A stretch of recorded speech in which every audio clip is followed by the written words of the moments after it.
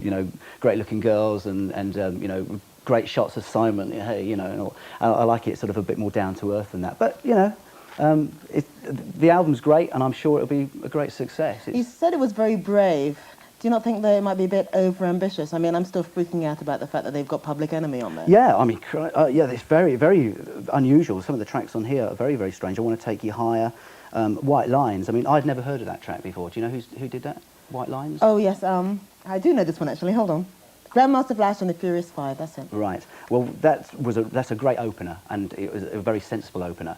They've only recorded one of their own tracks on this album, yeah. And that's called Drive By. And in fact, when I listened to it, I thought it was Future Legend, the opening track of the Diamond Dogs album by David Bowie. I'm sure that has been an influence for this song.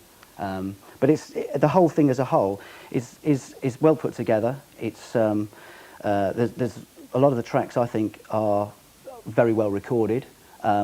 Again, it depends if you like that glossed over, well produced, no mistakes. It's just everything, you know, that you think they must have spent ages recording this album, yeah, because it sounds like it. Sure.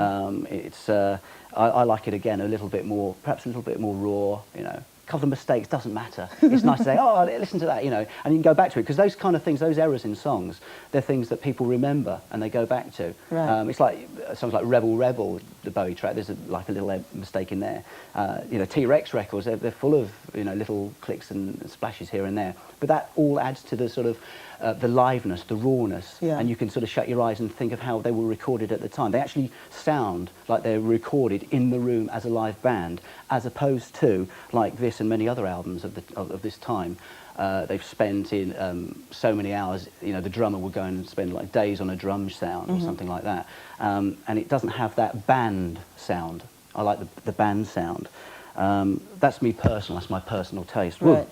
Boom. Wait, just going back to you a second, in terms of cover versions though, you must know some more about covering versions of tracks than anyone else really, in sort of your current guise. Yeah. You know, how was it met? What sort of reaction did you get when you formed Rextasy? Well, Rextasy, when we first formed, I didn't think it would be quite as successful as it's now become. I mean, we've played all the arenas of England already with Gary Glitter. Yeah. We've already done Wembley Arena, places like that, of that calibre. Now we're going out the country to do similar sized venues.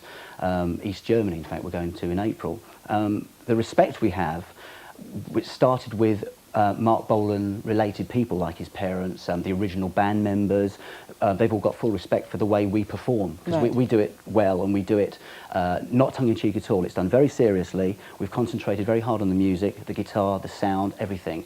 And that's very important, because we don't want people to come and see us thinking it's going to be a kind of joke band or a tongue-in-cheek. Sure. You know, we're very professional. We're a professional rock band, and we've built up a reputation of being that.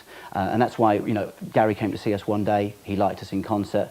There's no way that a major act of that calibre that can pull full houses at Wembley Arena would accept a band of our nature. Sure. I mean, at the end of the day, we are a tribute band, but we've got an album coming out on 3rd of April on the Madman Records label, and that's got two of my own tracks on it, one called Baby Factory, which was released as a single right. a short time ago, and another one of my tracks, but they're all done in sort of Bolanic fashion, if you right. like.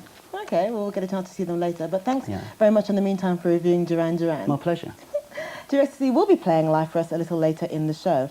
I'll be looking at the rest of this week's new releases after this. The first release from Thank You, Duran Duran, Perfect Day. Just a perfect day.